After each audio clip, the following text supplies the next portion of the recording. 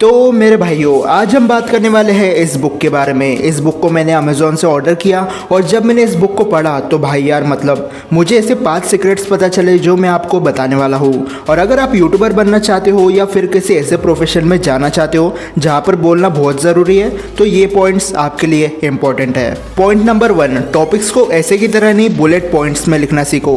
लेकिन ऐसा करने से पहले आपको आपकी सब्जेक्ट की नॉलेज होनी चाहिए। सब्जेक्ट मतलब वो टॉपिक जिस पर आप बात करने वाले हो, जैसे बुक, वाटर बॉटल या ये बॉल। एक बार सब्जेक्ट की नॉलेज होने के बाद आप अपने बुलेट पॉइंट्स का पेपर लो और बोलना शुरू करो। बस बोलते टाइम आपका ध्यान अपने काम पर होना चाहिए, ना कि अपने आप पर। क्योंकि अगर आप अपने बोलने पर ध्यान दोगे तो आप ना चाहते हुए भी ग्रामर मिस्टेक कर बैठोगे। अब एग्जाम्पल के लिए ये 2 सोलर सिस्टम की स्क्रिप्ट है। अब आप बताओ कि आपको कौन सी स्क्रिप्ट पढ़ने में ज़्यादा सिंपल लगती है। 3, 2, 1, ऑफ कोर्स राइट वाली। और इसी को बुलेट पॉइंट्स में लिखना कहते हैं। पॉइंट नंबर 2, आपका सब्जेक्ट आपकी पसंद का होना चाहिए। अब पर्सनली मुझे ज्योग्राफी में सोलर सिस्टम के बारे में जानना और बात करना काफ़ी ज़्यादा पसंद है, लेकिन दूसरी तरफ ट्रिग्नोमेट्री से मुझे सख्त नफरत है। लेकिन अगर मुझे कोई स्टेज पर खड़ा कर दे और बोले कि चल अब ट्रिग्नोमेट्री के बारे में बता, तो मैं नहीं बता सकता।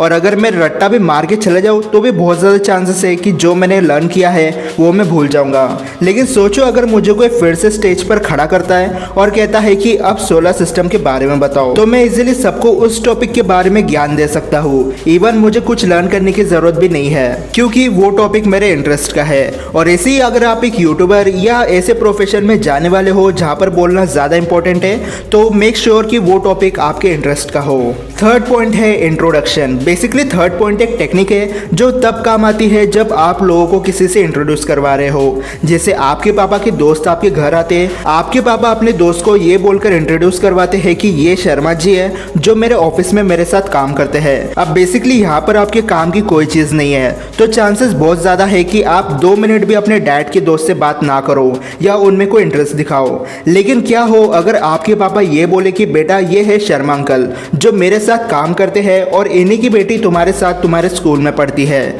जिसका नाम है समझ लो प्रीति। लेकिन अब प्रीति शर्मा वही है जिस पर आप स्कूल में लाइन मारते हो। तो अब आप बताओ कि आपका पूरा अटेंशन उस अंकल पर जाएगा या नहीं। अब यहाँ पर आपके काम की चीज निकल कर आती है। सबसे पहले तो वो आपके क्रश के फादर है, सेकेंड आपका अपने क्रश में इंटरेस्ट है, इसलिए अब चांसेस बढ़ जाएंगे कि आप उन अंकल की बात ज़्यादा से ज़्यादा सुनोगे।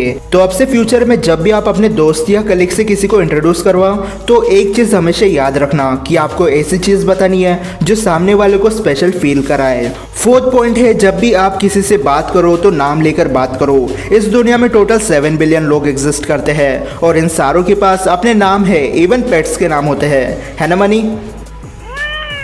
अब शायद आपके लिए उनके नाम अजीब, अटपटे, बेकार या बकवास हो सकते हैं, लेकिन उनके लिए उनके नाम काफ़ी ज़्यादा इंपॉर्टेंट होते हैं। फॉर एग्जांपल मेरा नाम अभिजीत है, लेकिन कुछ रीजंस की वजह से अभिषेक नाम अभिजीत से ज़्यादा पॉपुलर है। और पिछले 20 साल में मेरे साथ ऐसा कई बार हो चुका है जब किसी बंदे ने मेरा नाम गलत बोल दिया।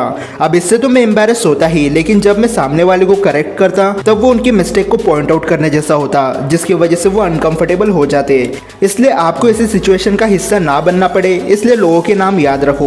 अब काफी बार ये प्रॉब्लम आती है कि हम किसी नई जगह शिफ्ट होते हैं और वहाँ के लोगों को हम जानते नहीं है, लेकिन जो लोग आपसे सबसे पहले बात करेंगे वो आपके एज के आसपास होंगे और बस आपको सामने वाले बंदे और अपने बीच में एक सिमिलैरिटी ढूंढनी है और एक निकनेम रख देना है। फॉर एग्जाम्पल जब मैं पुणे शिफ्ट हुआ तब मैं यहाँ पर किसी को नहीं जानता था, लेकिन मुझे दोस्त मिल गए क्योंकि मैं पबजी का क्राउन प्लेयर था। लेकिन अब जो लोग मुझसे बात कर रहे थे वो भी पबजी खेलते थे और सबको कॉन्करर बनना था, तो मैंने सबके नाम कॉन्करर रख दिए और टाइम के साथ मुझे सबके नाम पता चल गए तो मैंने कॉन्करर बोलना छोड़ दिया। तो ये ट्रिक आप भी यूज कर सकते हो। फिफ्थ और फाइनल पॉइंट है कि फनी बनना बंद करो।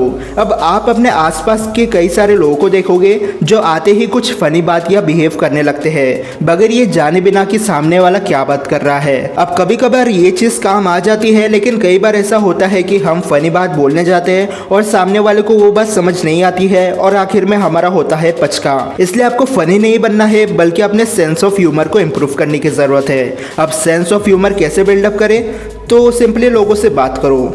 तो तो ये थे कुछ ऐसे पॉइंट्स जो मैंने इस वाले बुक से सीखे हैं। अब अगर आपको ये बुक खरीदनी है तो आप नीचे डिस्क्रिप्शन में एक लिंक है, वहाँ पर जाकर अमेजोन से खरीद सकते हो। लेकिन जितना मैंने इस वीडियो में बताया ये सिर्फ इस बुक के पहले 50 पेजेस के पॉइंट्स थे। हो सकता है कि फ्यूचर में मैं और एक वीडियो इस पर बना दूं। तो मैं मिलता हूँ आपसे अगले वीडियो में, तब तक सब्सक्राइब।